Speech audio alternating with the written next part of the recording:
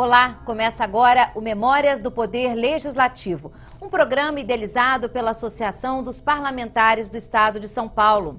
E hoje é a segunda parte da conversa com Geraldo Pereira de Barros Neto, que é sobrinho neto do ex-governador Adhemar de Barros e neto do ex-deputado Geraldo de Barros. Geraldo de Barros Neto é membro de tradicional família política do Estado de São Paulo. Formado em Direito, iniciou a vida pública aos 27 anos como candidato a deputado estadual em 2002. Obrigada pela sua presença aqui hoje com a gente. Érica. No outro programa a gente estava falando sobre as grandes obras, né, de Adhemar de Barros, do governador Adhemar de Barros, que como médico era um grande engenheiro, né? A gente pode comentar um pouquinho sobre as grandes avenidas, as reformas que ele realizou aqui em São Paulo? Como eu disse no programa passado, Érica, o Adhemar era uma pessoa visionária, né? Ele pensava muito à frente, né? O Adhemar, ele quanto prefeito, governador, ele reestruturou a cidade de São Paulo. Ele projetou a cidade de São Paulo para que a cidade de São Paulo pudesse suportar o crescimento exponencial que ela tinha na época e tem até hoje, né? Essa megalópole que é São Paulo. Na época, o Adhemar, ele fez o túnel da 9 de Julho, né? Que na época era um grande problema no corredor ali. Ele fez uma ligação, né, importantíssima. Aumentou ou criou avenidas importantes. Ele aumentou a Avenida São João, Ipiranga, Vieira de Carvalho, a 23 de Maio. Enfim, ele começou a CPTM em São Paulo. Ele, no governo do Prestes Maia, como governador de São Paulo, assinou o início das obras do metrô, né? Ele começou a retificação do Tietê, porque na verdade o Adhemar, meu pai sempre falava isso, ele tinha um sonho de transformar o Tietê num rio navegável, né? Como o Rio Sena. Como o Rio Sena. Quer dizer, isso porque naquela época não tinha o trânsito que tem hoje. Exato. Imagina se ele já tivesse a noção do que se transformaria São Paulo, né? O quão importante não teria sido uma obra como essa, né? E o Adhemar tinha uma visão, que se nós formos analisar, né, um país... Visionária, né? Visionária. Um país continental como o nosso, nós tínhamos que ter um foco muito grande no transporte ferroviário, né? O Adhemar, na época, foi o governador que mais investiu em trilhos, né, pelo estado de São Paulo. Então, acho que foi um dos últimos governadores que realmente investiu pesado. O Adhemar, na época, ele investiu muito na Alta Paulista, na Sorocabana, né, que era onde fazia o escoamento das safras, na época, de café e de grãos para o Porto de Santos, né? E você sabe que existe hoje, eu acompanhei muito, tenho muitos amigos, né, que são ferroviários, inclusive o pessoal da extinta Rede Ferroviária Federal, e conversando com esses ferroviários, eles falavam que o projeto que o Adhemar tinha era fantástico. Então ele tinha hoje existe o corte no interior, falavam o corte da FEPASA, né? Ia fazer a ligação do interior todo, passando quase... O trem passaria dentro das estações da CEAGESP para poder trazer todo esse escoamento de grãos para o Porto de Santos. E quando ele fez a Castelo Branco, inclusive, se você andar pela Castelo Branco, você pode observar que a faixa do meio da Castelo Branco ela é muito ampla. E na época ele tinha até o projeto de levar a ferrovia para Castelo Branco. Castelo Branco deveria ser uma estrada de transporte rodoviário, mas se a gente for analisar o transporte de ônibus e o transporte de carga, o caminhão e o ônibus, eles são transportes de ligação, eles não são transportes finais. Então, quer dizer, você pode usar o caminhão para você transportar de um espaço pequeno para outro, mas o espaço final, ele iria fazer a ligação de Paranaguá com Santos. Quer dizer, então você poderia escoar a safra de São Paulo e do Paraná, tanto para Paranaguá quanto para o Porto de Santos. Quer dizer, então, a visão dele, estratégica e de futuro, era muito interessante. Você acha que isso também tem uma influência por ele ter morado na Europa durante um tempo, ter voltado com essas ideias inovadoras de fora para cá? Sem dúvida, ele veio com uma outra visão, ele tinha conhecimento, ele andou a Europa toda com o meu avô na época, eles fizeram vários cursos de especialização, quer dizer, o Adhemar era uma pessoa que ele viajava muito, e como eu disse, ele era um empreendedor não só na vida pública, mas também na vida privada, né? Ele chegou na época, ele tinha uma verdadeira adoração pela aviação, ele, o meu tio Antônio, pai do Reinaldo, eles chegaram a ter vários aviões na época, quer dizer, então o Adhemar realmente foi precursor e um visionário. Infelizmente, hoje faltam políticos como ele. Agora, você acha que, já falando desse empenho todo dele, dessa pujança toda, você acredita que ele poderia ter chegado à presidência da República se não tivesse sido golpe militar? Não tenho dúvida. O Adhemar ele disputou a presidência da República 2 vezes, né? Ficando em terceiro lugar, mas com uma diferença muito próxima do segundo, né? Ele com certeza seria o próximo presidente depois da intervenção militar de 64. Quer dizer, a política tem dessas peças, né? Porque se a gente não tivesse passado, talvez, aí pelo regime militar, talvez a gente estivesse falando do ex-presidente Adhemar de Barros. Isso. Né? O Adhemar também que começou a construir Ilha Solteira, né? Importante polo de geração hidrelétrica no estado, quer dizer, então o Adhemar investiu muito em saneamento básico, que era muito precário na época, quer dizer... Até por ser médico, ele tinha uma preocupação grande com a saúde. Né? Exatamente, a rede hospitalar no estado de São Paulo, com a ajuda da dona Leonor, como eu disse, que foi uma primeira-dama também inovadora, porque na época a primeira-dama não participava, a primeira-dama era simplesmente simbólica. E a dona Leonor, ela deixou de ser, a tia Leonor deixou de ser a primeira-dama simbólica e passou a ser a primeira-dama que realmente agia e botava a mão na massa e ajudava o marido na parte assistencial, e então mexeu muito no social, quer dizer, então eles formavam uma dupla excepcional. E que realmente marcou a história do estado de São Paulo e do país. A gente teve aí o centenário, né, em 2001, Isso. do Adhemar de Barros, e teve uma publicação que foi feita. Me conta um pouquinho desse trabalho. Isso, aí vocês fizeram um livro? Isso, na época o Ademarzinho era vivo também, saudoso Ademarzinho, filho do Adhemar, era um espetáculo de pessoa, um político, uma pessoa visionária, um empresário de sucesso. E o Ademarzinho, só para pegar aqui para mostrar. Na época, no centenário do pai, né? O Adhemar nasceu em 22 de abril de 1901, então no centenário do Adhemar, em 22 de abril de 2001, o Ademarzinho procurou, na época, eu e o Reinaldinho, né? Que era neto do tio Antônio, irmão do velho Adhemar, e o Reinaldinho, à época, era deputado ainda nessa casa de leis, e pediu que a gente fizesse, junto com ele, a Semana Adhemar de Barros, do centenário.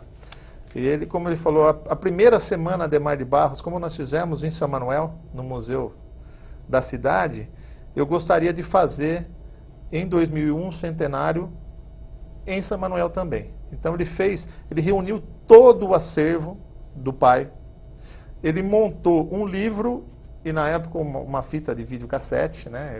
Inclusive eu transformei a minha já em DVD. O Johnny passou na Band, né? O Neto passou esse vídeo na época da história do Adhemar, e realmente o Paulo Canabrava fez um trabalho fantástico. Ele foi para Ele foi a campo, ele interior, teve em São Manuel, ele sentou com liderança, existe, a Fazenda Redeição, a Conceição, né, toda da família ainda. E ele pesquisou todo o acervo, quer dizer, então lá em casa mesmo, meu pai pegou todo o acervo do meu avô, e ele fotografou, e ele filmou entrevistas, ele filmou a família, ele filmou a história política, os amigos, os assessores. E o Adhemar, nessa coleta, fez a doação de todo o acervo dele para o Arquivo do Estado, né, para poder realmente imortalizar a obra do pai, né, e mostrar para as futuras gerações aquilo que realmente ele fez, defender esse legado da família. Né? Dos quatro, eram 4 homens, né? 4 homens e a Maria. Dos 4 homens, quantos foram políticos? Todos. Todos. Todos. Né? Na verdade, o meu avô foi prefeito de Lençóis, de São Manuel, deputado estadual e federal. O tio Antônio foi senador da República. O tio Oswaldo foi presidente do Banespa e prefeito de Lençóis Paulista, depois do meu avô também. Então, né? A família, todos os 4 filhos homens tiveram seguiram a política. Todos entraram na política, menos a tia Maria não entrou. Isso porque o pai, o seu bisavô, não gostava de política. Não gostava de política. Né? E meu bisavô era uma pessoa muito focada no campo, realmente era um produtor, gostava do café. E depois o Adhemar acabou levando toda a família, inclusive a segunda geração e a terceira geração, né? todo mundo para dentro da política. Dessa terceira geração, agora só você está com um caminho na política. O Reinaldinho foi deputado estadual 2 vezes aqui, né, nessa casa, e hoje militando na política sou eu. Né? Na segunda geração teve meu pai, o Ademarzinho, né, que foi deputado federal 8 vezes, inclusive o mais votado da história. Teve o Reinaldo, que foi prefeito de São Paulo, né, foi candidato a governador em 82, perdeu na época para o Franco Montoro. Então a gente teve aí um quadro aí de segunda e terceira geração, todo mundo envolvido. Porque é natural, como eu falei para você, eu nasci no meio da política. Né, e por gostar eu cresceu ouvindo histórias, né, do avô, do tio-avô, do que foi realizado, isso foi... Agora, essa publicação que foi feita da história de Adhemar de Barros, foi feita por conta do centenário aí... Centenário, de nascimento dele, é isso? Centenário de nascimento do Adhemar. E além disso, vocês têm um documentário, um filme que conta a história dele. Tem um documentário feito que conta toda a história. Foi feito junto com o livro, né? Na verdade, o documentário foi feito baseado no livro. Então, houve a coleta de dados, né? Uma compilação, na época, com a ajuda das pessoas ainda que estavam ativamente, como o próprio Mário Beno, que já tinha feito o livro, né? E juntou todo o acervo do Adhemar, que o Adhemar mantinha no escritório dele, ali na Praça Ramos de Azevedo, ali em frente ao Teatro Municipal. E deu esse livro e esse documentário fantástico realmente para poder eternizar o legado daquela pessoa que tanto fez pelo estado de São Paulo e pelo país. Queria falar um pouco, aproveitar um pouquinho mais para falar ainda da dona Leonor, né? Que a gente sabe que teve uma atuação inovadora dentro do cenário político. Você acha que a atuação dela serviu de inspiração aí para outras primeiras damas que a gente teve, ou poucas foram como ela? Que legado ela deixou aí para essa história também? Como eu falei, ela foi a primeira. Né? Ela deu, vamos botar o pontapé inicial no que a gente pode ver hoje da participação que nós tivemos aí ativa, como da Ruth Cardoso, da própria Lu Alckmin, de todas as primeiras damas depois que sucederam, né? Fizeram esse trabalho. Mas a dona Leonor era fantástica, ela era uma pessoa muito enraizada na família, ela tinha uma preocupação muito grande na saúde. Então, você pode andar hoje pelo interior, tem até hospital tem vários hospitais com o nome dela. Né? Ela tinha na Santa Casa de Campos do Jordão, eles tiveram uma participação. Na época, a grande preocupação de saúde pública era a tuberculose.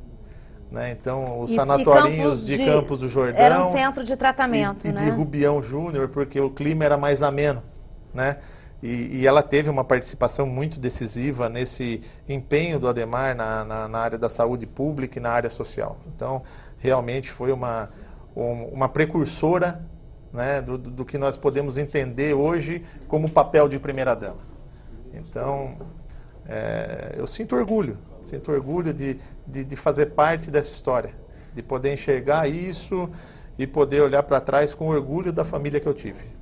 Eu acredito que com essa sua vocação política também, né, seja um momento de poder fazer alguma coisa, de buscar um novo caminho, né? A gente tem as eleições aí esse ano ainda. O Legislativo é uma ferramenta importante, tem um papel importante, claro, dentro do governo do Estado, dentro de políticas públicas. O que você acha que seria esse papel e esse poder? A gente já falou nisso no primeiro programa, mas eu acho importante a gente estar numa casa de leis, claro, né, dentro da Assembleia Legislativa. Qual que é a importância do papel de um deputado? O seu avô foi deputado 2 vezes. Qual que é a importância de um papel de um deputado dentro do cenário político? Eu costumo falar que, olhando para o passado, a gente pode construir o futuro. Né? Então, como eu falei para você, eu vejo o seguinte, o papel do deputado é um papel representativo. Além de fazer leis, né? Além de fiscalizar o executivo, o deputado tem um papel muito importante de fazer a ligação com a base da sociedade. Né? Ele tem o condão de fazer o quê? De ligar o governo do Estado central a sua região, a sua base eleitoral, né? Eu, particularmente, sou uma pessoa favorável ao voto distrital. Eu acho que você consegue representar melhor uma região em si do que você visualizar como o Estado num todo. Eu acho que esse seria o papel princípio do deputado, ele legislar em cima da sua base eleitoral, da sua região, na onde ele possui o conhecimento, de fato, dos problemas regionais, o problema daquela população que está sofrida. A população brasileira hoje está com a autoestima baixa. Quer dizer, eu acho que hoje a política tem que dar uma grande reviravolta. A população hoje, ela olha para o político com desconfiança. E, na verdade, nós temos na política a melhor forma de poder ajudar a população e o próximo. Numa época de fake news, né, das notícias falsas, sim, que a gente que é um problema para a discussão política. Seu tio-avô, que foi um dos precursores e fundadores, aí, ajudou a fundar o sistema Bandeirantes, né? Qual que é a importância, né, de se valorizar a notícia, da liberdade de imprensa e dentro desse contexto? Eu acho o seguinte, como você falou, o Adhemar tinha uma preocupação e ele é muito grande com a mídia. Ele sempre foi uma pessoa que ele foi muito polêmico, né? O Adhemar, ele sempre, embora muito carismático, muito reunia admiradores e inimigos ao mesmo tempo, né? Numa época principalmente de polarização, na época com Jânio Quadros e coisa e tal, mas sempre foi uma pessoa que respeitou a imprensa, tanto que fazia parte dela, né? Que valorizava a liberdade de imprensa. Então, hoje nós temos um papel primordial da imprensa. A imprensa livre, a imprensa hoje, vamos falar, a tempo real, né? Nós podemos falar hoje da mídia social aí, que vem crescendo, que tem um papel que está fundamental, fiscalizando, né? E que está dando voz à sociedade, voz àqueles que não tinham. A mídia digital hoje promove isso. E a imprensa está buscando se adequar um contato mais disso. Próximo com a política também, Exato. né? Porque hoje o cidadão chega no político através do Facebook, do comenta, Instagram, do Twitter, né? O próprio exato. Presidente dos Estados Unidos usa o Twitter para se comunicar com a população. Você pretende usar esses instrumentos também como forma de comunicação, né, com o público? Você acha a mídia digital hoje na você campanha ela é essencial. Veia? Não sei se eu puxei essa veia, mas eu acho que você tem que... Hoje você não tem mais instrumentos de você poder se divulgar. Hoje você tem a mídia digital. Vai ser essencial.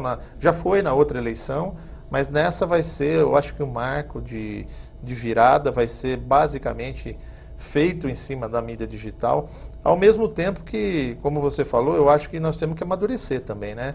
Porque hoje quem é político, a imagem do político está muito desgastada. E isso é ruim. Por exemplo, eu que estou pleiteando, nunca ocupei um cargo eletivo, quer dizer, estou pleiteando agora, você entra na mesma sacola de quem já está, né?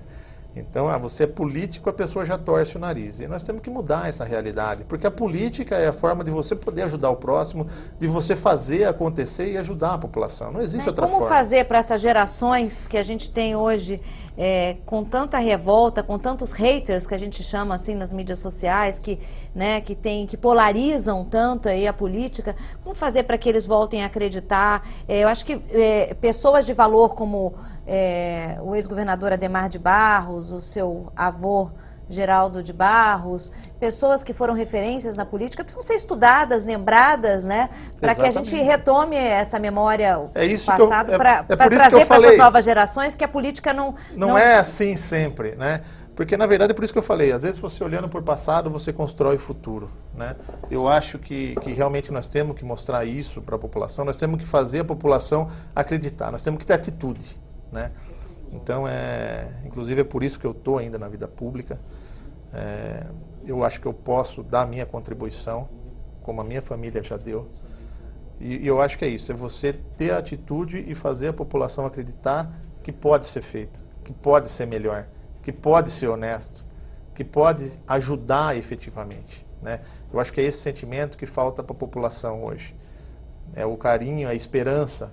E nós temos que vender a esperança fazendo atitudes concretas. Agora, o seu avô e o seu tio-avô, se estivessem vivos hoje, como eles estariam num cenário como esse, né? Perplexos no cenário político do Brasil, otimistas, como característica deles, como você acha que eles reagiriam a esse cenário político de hoje? O que eu vejo é assim, a história é cíclica, né? Nós sempre passamos por diversas crises e depois se superam, você alterna momentos bons de momentos ruins, o que muda é a conjuntura, né?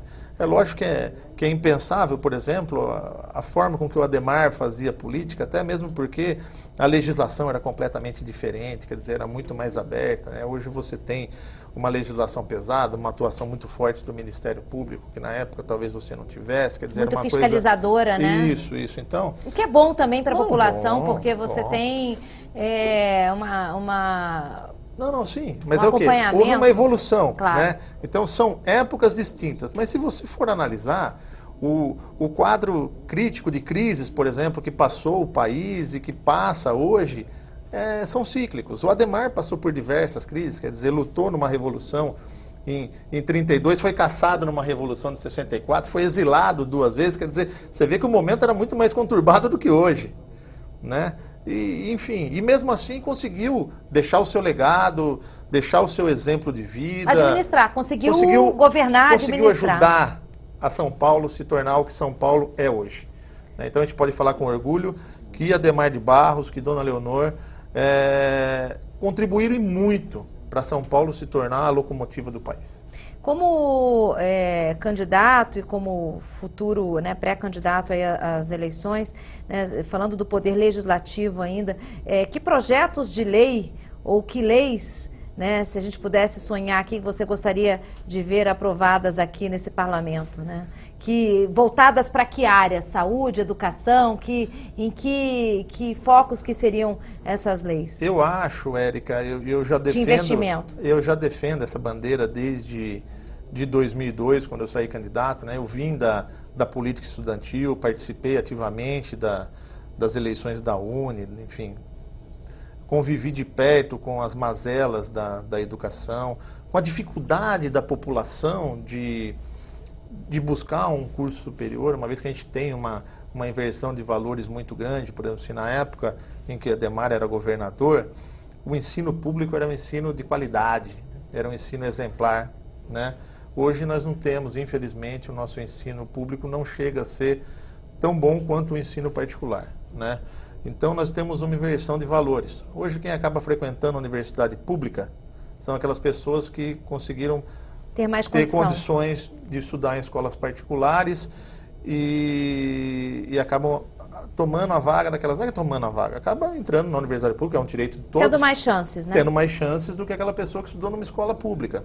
Quer dizer, então, eu acho que essa inversão de valores, que já começou, na época tinha um crédito educativo estudantil, depois veio o ProUni, quer dizer, o governo federal se empenhou muito. Eu acho que o governo estadual tem o dever de contribuir com o governo federal para aumentar o acesso à universidade para todos aqueles que tenham a necessidade Na época que eu saí em 2002, nós ainda tínhamos a Caixa Econômica Estadual, que poderia ser um banco de fomento, né? Mas nós podemos criar dentro do governo do Estado um banco de fomento para poder fomentar a educação, quer dizer, de levar as pessoas à universidade, de fazer com que as pessoas se formem, que a gente qualifique mais a mão de obra.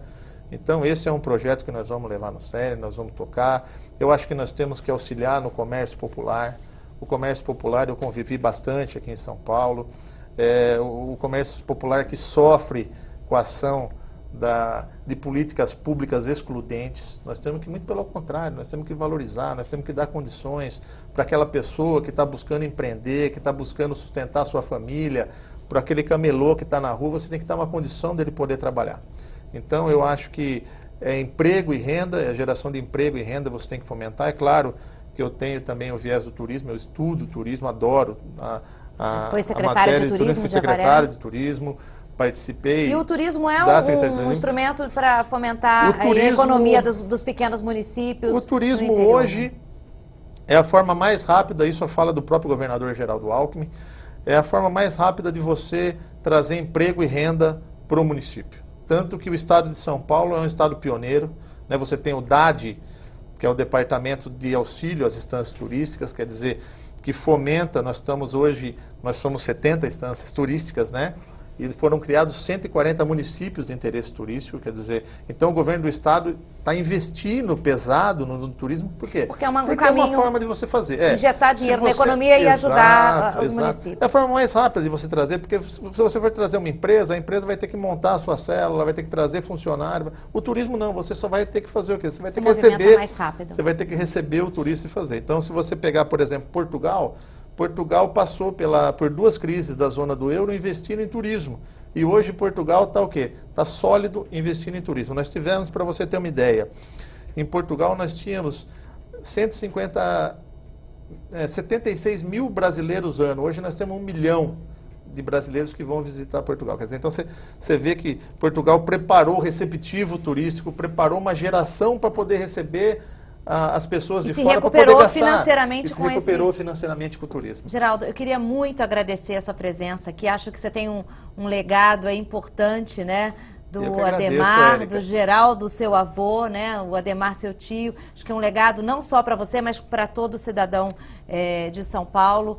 E queria desejar sucesso aí. Eu gostaria de agradecer você, a Associação dos Parlamentares, por essa brilhante ideia de resgatar, não só o Adhemar, mas resgatar todos aqueles que passaram pelo governo do Estado, né? Mostrar a contribuição, porque a política pública é uma política de continuidade, né? Então, se o Adhemar fez, alguém depois fez mais e as coisas vão se sucedendo, né? Cada um deu a sua contribuição. E o Adhemar acho que deu uma grande contribuição para a política no Estado de São Paulo e em todo o país. Muito obrigada. Obrigado, Eric.